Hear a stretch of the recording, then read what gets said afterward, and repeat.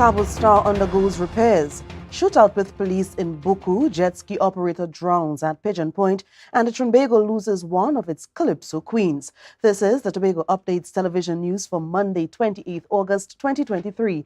I'm Patricia Nicholson-Richards. Good evening. In another gun-related incident, a shootout occurred between police and an individual in Buccoo early Saturday morning. Here's Bianna Brebner with the details. As per reports, police officers encountered an attack during a routine operation. While in a marked police vehicle, they spotted a black Mazda driving without lights on Shervan Road in Buccoo around 12:15 a.m. After executing a U-turn on Buccoo Road, the officers observed suspicious behavior from the black Mazda. They activated their sirens and flashing lights to pursue the vehicle. During the pursuit, as they approached Grafton Road, the driver allegedly discharged shots at the police. The chase persisted until the driver veered into a dim area with bushes along Orange Hill Road in Mount Irving, close to the golf course. The driver abandoned the car and fled on foot through the undergrowth. Despite the involvement of officers from multiple units, including the Emergency Response Unit, Scarborough CID, Shervan Road Police Station and Crown Point Police Station, their search endeavors failed to locate the driver. When questioned on the incident, Sergeant Joseph Jordan remained tight-lipped about the details. Yes, they had an incident where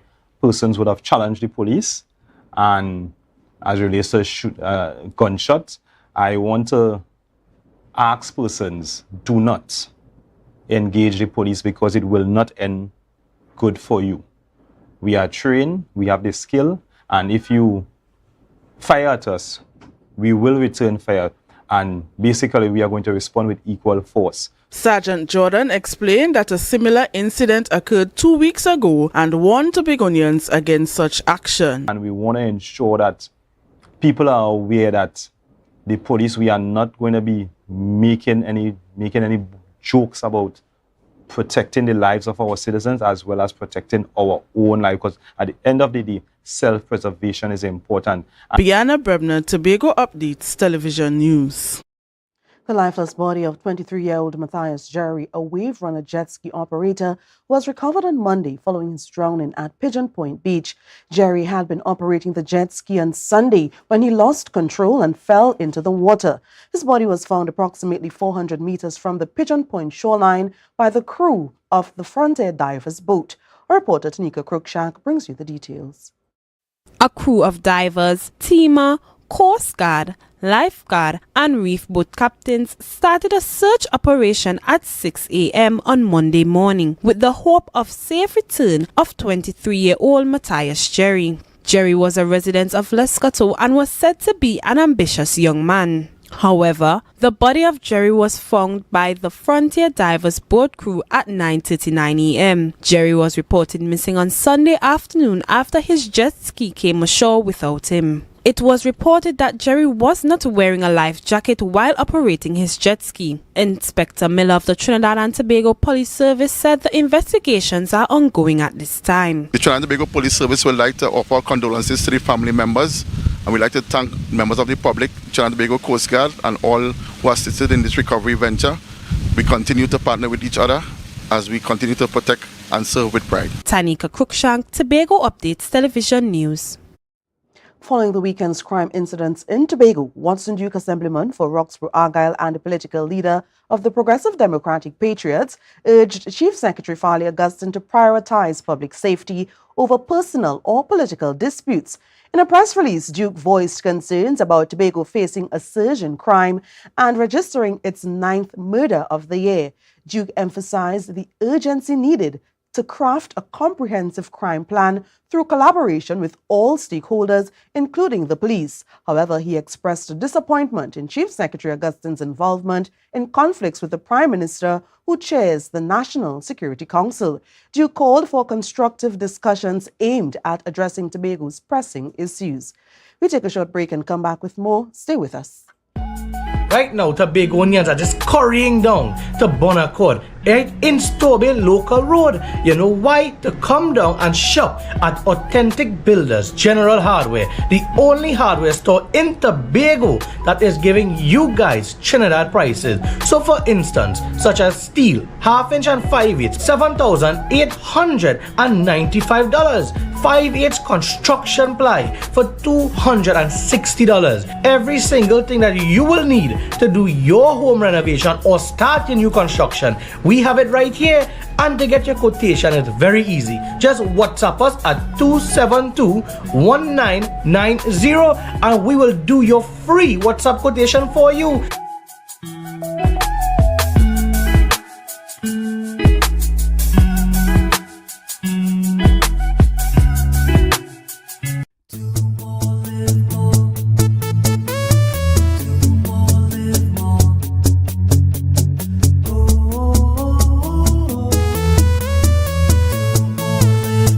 This is how it's gonna go. They better look up below, 'cause this is your show, and everybody's gonna know. Say it to them once again. They better look up below.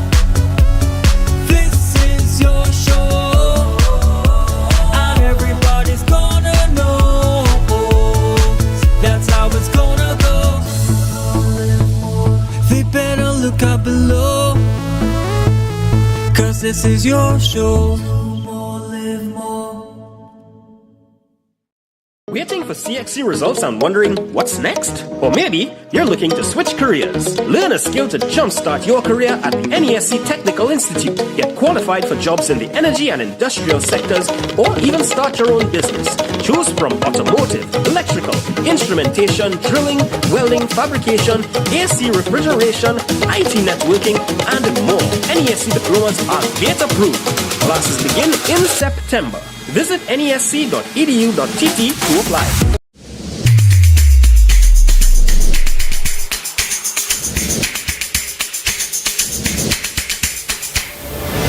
Good morning, morning, good morning, morning. Put a smile on your...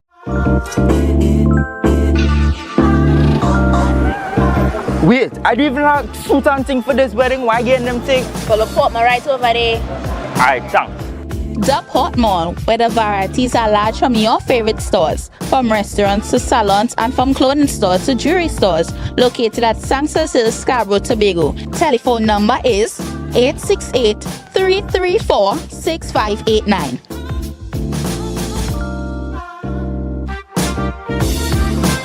Wow.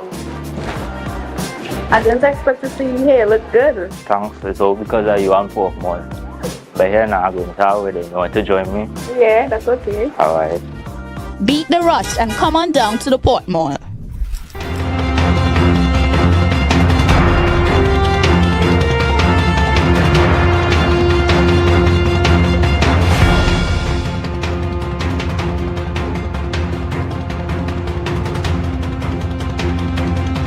Welcome back. Tobago recorded its 9th murder early Sunday morning while patrons were socializing at the Uptop Band Lounge in Crown Point. The incident involved 2 females, one who succumbed to her injuries, while the other is currently at the Scarborough General Hospital in a critical but stable condition. Reporter Biana Brebner has more in this report. During what's supposed to be a normal weekend lime at a bar quickly turned into a scene where people were scampering for their lives, according to Sergeant Joseph Jordan. So far, it was around 3:05 a.m. on the 27th of August, 2023, where there were gunshots heard at the Uptop Bar in Crown Point. Upon hearing the gunshot, 2 females, one age 17, the deceased, Precious Wills, and an 18-year-old was found with gunshot wound lying on the ground. Wills sustained a chest injury, and unnamed 18-year-old female also suffered a gunshot wound. Both were swiftly transported to the Scarborough General Hospital, yet Wills tragically succumbed to her injuries. The other female remains hospitalized. Her condition is classified as critical but stable. The 17-year-old would have been pronounced dead on arrival at the Scarborough General Hospital, while the other female, age 18, she's currently in a stable condition at the critical but stable condition at the hospital. A member of the public is currently cooperating with the police in their investigation. However, Sergeant Jordan has appealed to anyone who witnessed the incident to come forward and provide a report to the police to aid in identifying the perpetrator. The murderer has prompted public inquiries regarding why a 17-year-old girl was present at a bar during the early morning hours and why a patron was allowed entry with a firearm. Meanwhile, the owner of the establishment issued a press release stating, quote, "The management intends to urgently and speedily increase security measures at the establishment, which will discourage this type of occurrences as well as provide a measure of safety and comfort to our patrons," end quote. Bianna Brebner, Tobago Updates Television News. There are mixed reactions from stakeholders over the hosting of Juve in Scarborough. This as stakeholders were engaged in a recent meeting with the Tobago Carnival Planning Committee. More in this report from Candice Jackson. Last year's Tobago Carnival faced disruptions during Juve in Crown Point. Numerous bands could not reach the stage area, prompting an early shutdown due to crowd control challenges. Consequently, the Tobago Carnival Committee, led by technical advisor Dr. Charles St. Thomas, has chosen to shift major activities, including Juve, to Scarborough. So, the idea to centralize Carnival in Scarborough is for the division a logistical and security issue. We should also say that it's also supported by the TTPS. Currently, the route remains unchanged from the previous year, but the committee is receptive to input and suggestions from the stakeholders. The route so far is likely to look similar to what it was last year, right? However, that's the first incarnation of a route, right? The idea is really for people to organize and converse among themselves. So if, for example, the Mass Band Association has organized itself and submitted a suggestion as to what the route could look like in Scarborough. Nonetheless, attendees at the meeting expressed dissatisfaction with relocating Juve to Scarborough from Crown Point. However, Dr. Thomas clarified that this had been proposed in earlier consultations. The mass bands we consulted with in our first set of consultations were unanimously in agreement with the centralization of Carnival in Scarborough, and Telecruise were that meeting. Meanwhile, Telecruise, the band leader for Fog Angels, disagreed, suggesting that Juve could take place in both Crown Point and Scarborough to alleviate crowd congestion in either area. Tourists that comes down into Tobago, most of them within that Canaan Bonaccord Crown Point area. When you do a Juve, you are dirty, you are in paint, you are in mud, you are in powder, you are in anything. To get transport from Scarborough to head back to the area that most of them will be staying is also, we need to take that into consideration. Despite the objections, the decision remains firm. Dr. Thomas clarified that for the second edition of Tobago Carnival, the committee is prepared to observe the outcome of centralizing activities in Scarborough. If challenges arise, they are open to exploring alternative options for 2024. Candice Jackson, Tobago Updates Television News. Well, residents of the Palatouve and the Bloody Bay districts are urging Chief Secretary Farley Augustine for clarity regarding the ongoing construction at the Blue Food Festival site. If not, they are threatening to boycott the festival. Our correspondent Tanika Cruikshank tells us more. Len Carrington, president of the Palatouve Bloody Bay Village Council, claimed that villagers were not informed of the construction occurring on the Bloody Bay Festival grounds. He added that they were informed at a town hall meeting on Thursday, 24th of August 2023, that the project would not be finished by October 16th, which is the date of the Blue Food Festival. No one has met with the community. There have been no stakeholder meeting, and we understand that a contract has been issued for work on the Blue Food site. The Blue Food Festival, centered around ground provision, has left community members uncertain about its occurrence due to lack of guidance on finding an alternative venue, Carrington explained. So we're calling upon the Assembly, we're calling upon those concerned, especially Chief Secretary, Mr. Farley, who is our representative in the THA, While workmen were assessing the site, Carrington noted that the contract had been awarded for the project, scheduled to commence in the upcoming months. So I'm making a desperate appeal to the Chief Secretary and others to come clean with the community.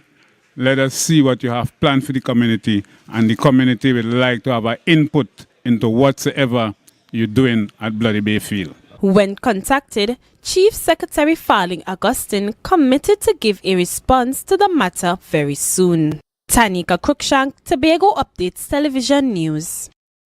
All cargo vehicles are to be accommodated on the APT James, Buccoo Reef and Galleon's Passage vessels, while the Cabo Star undergoes repairs. However, the Port Authority advises that only vehicles weighing up to 7,000 kg will be accommodated on these vessels due to space limitations.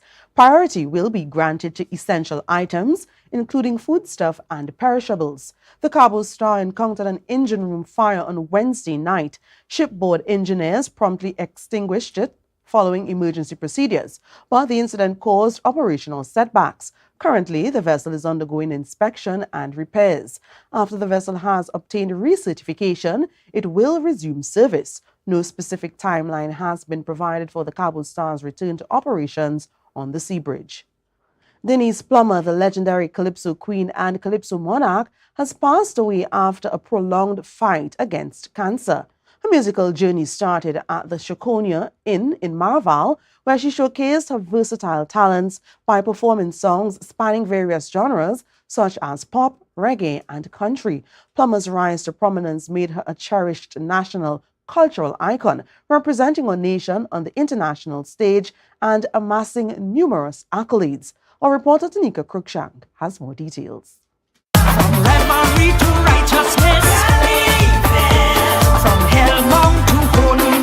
Denise Plummer is renowned for her musical journey that commenced during her childhood, winning the Best Vocalist title in both junior and senior categories at the TNT Music Festival. Her initial rise to fame, however, occurred as a pop star singer, performing at local bars and hotels, ultimately securing a steady engagement at the Shakonia Inn in Maraval, according to the General Secretary of TUCO, Shirlene Hendrickson. For Trinidad and Tobago, she would have waved the flag locally, regionally, and internationally across the globe. You know, Calypso Queen, musician. She started off as a guitarist.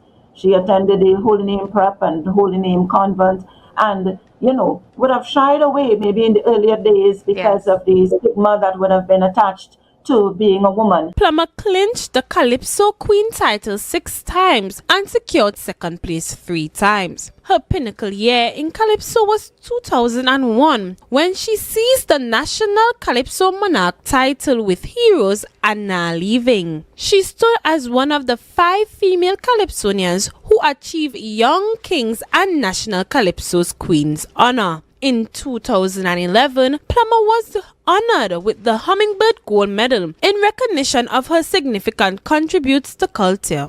And that should tell us about the uniqueness of Trinidad and Tobago, our cultural diversity. And that's one of the things that we should be like expounding to the world. It doesn't matter what color, what ethnicity, you know, what your background is, rich, poor, indifferent. It's the fact that our music, our culture, our steel band, mass, and calypso. In 2015, Plummer underwent another transformative change by embracing Christianity. Becoming a born-again Christian, she joined the World Outreach Ministries Church in Petite Valley, led by Pastor Carl Mead. Plummer remained an active presence in the gospel circuit until her health challenges compelled her to halt her performances.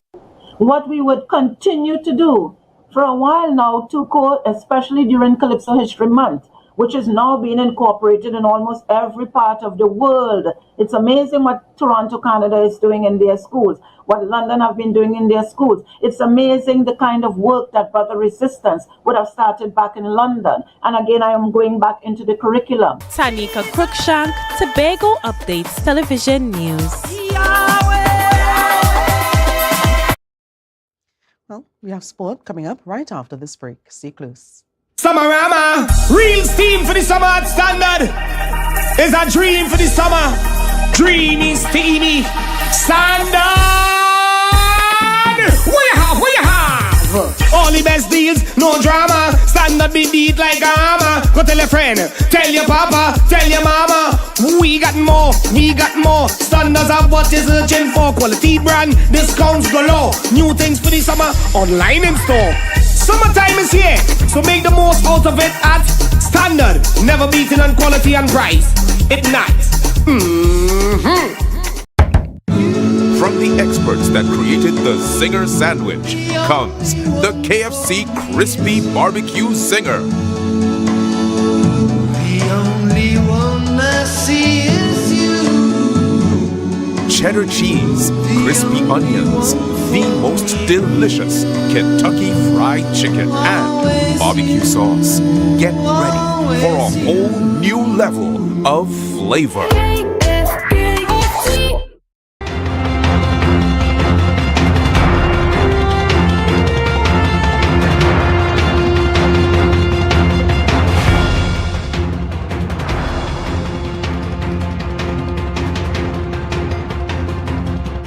Welcome back to the Tobago Updates Television News. Now to sport. Tobago Chicas had their time to shine this weekend at the Tobago Zone of the Trinidad and Tobago Women's Football League. Sport reporter Marcus Daniel brings us more in this report.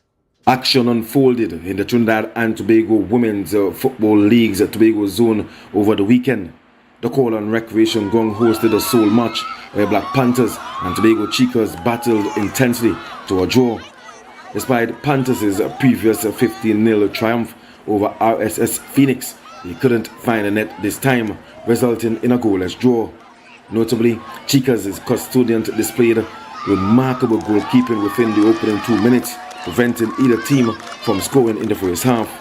After the break, it was Panthers' goalkeeper who had to make a crucial save following a corner kick.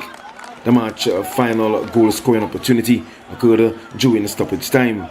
Meanwhile, Jewels scored victory without even stepping onto the field as RSS Phoenix failed to appear. This season features 15 competing teams, a first-time inclusion of 5 Tobago clubs, and the addition of 3 new teams alongside the ones in Trinidad. Marcus Daniel, Tobago Update Sports. While news of violence and crime are occupying headlines, one community activist took a stance over the weekend. Preston Trim led a walk to signal the need for people to turn away from crime. Details in this report. Amid escalating violence and crime in Trinidad and Tobago, Preston Trim, a community-based activist and owner of Trim Street, took a stand. He organized a walk against violence stretching from Cano Bay to Store Bay. The event garnered participation from over 20 individuals representing diverse backgrounds in Tobago. Notably, Kamika Forbes, the goalkeeper of the national women's senior team, was among the participants. Event organizer Trim said despite not having the turnout he anticipated, he wanted to send a message to criminals. The walk this morning was basically to send a message to the people who commit crime and let them know that crime is not the way, because everybody looking at the police, there's only much the police can do. Head coach of the Brother Rye Football Academy urged Tobagonians to get to being our brother's keeper. I think violence is not something good. It's something that is big in it right now, big in our island, our country. It starts within the household. I think based on how we raise our children, we're going to get the outcome. In 2023, the national murder toll has surpassed 200, and Tobago has just marked its 9th homicide for the year. Marcus Daniel, Tobago Update Sports. We have more news coming up after the break. Stay tuned. Jimmy's Holiday Resorts has 1, 2 and 3 bedroom fully self-contained apartments located at the heart of Crown Point. Minutes walk to the popular beaches, restaurants, bars and the airport. Enjoy our amazing amenities such as fully equipped apartments complete with Wi-Fi, AC, TV and a pool, and a mini-mart on the compound. Call 639-8292 or 8929. Jimmy's Holiday Resorts is your family's home away from home. October will never be better with Tobago Carnival fever. Okay, passage and come on over.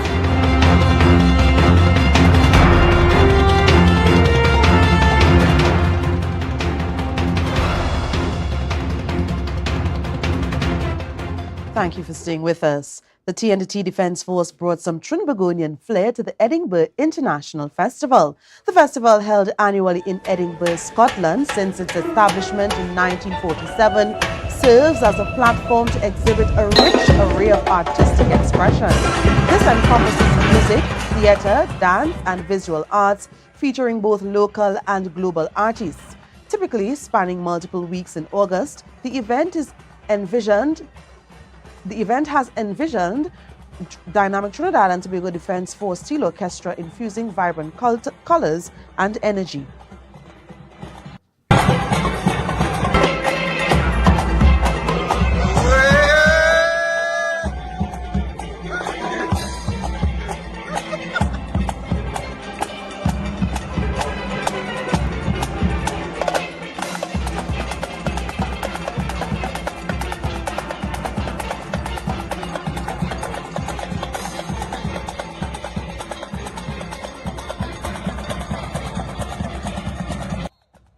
The orchestra created a carnival-like atmosphere each night with their performances at the Royal Edinburgh Military Tattoo and did the same at Victoria Street, wowing passerby with their spectacular outfits and performances.